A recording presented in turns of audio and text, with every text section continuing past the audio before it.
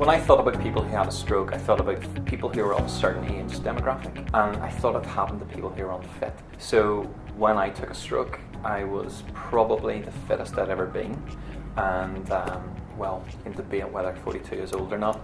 I think it was the 6th of April this year, and we had been out for a meal that night. I was driving home, and I began to take a headache, not really thinking anything more than it was just a headache.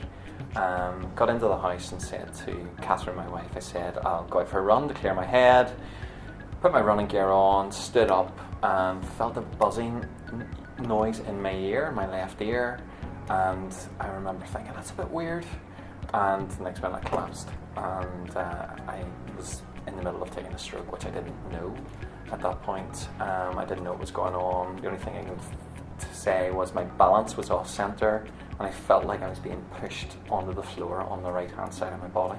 So I had to learn how to walk again, and from taking the stroke right through to walking up and down stairs. So when I got home, I wasn't allowed on the roads for 4 weeks, obviously, and I wasn't allowed to cycle for 4 weeks.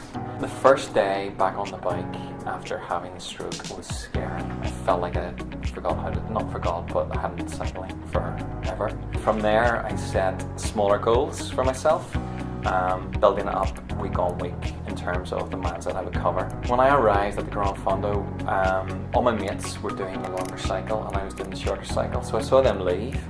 And I was there on my own at the starting line, and I gotta be honest, I was starting to cry because I was going, I can't actually believe I'm here. And I just the recognition of what had happened, and just realising this is what is this? You know, what has actually happened to me without really recognising it. And the only thing I could control was managing my energy and keeping in terms of position in the race. That was it. So I had a goal to myself to be in the top 20. That was my goal.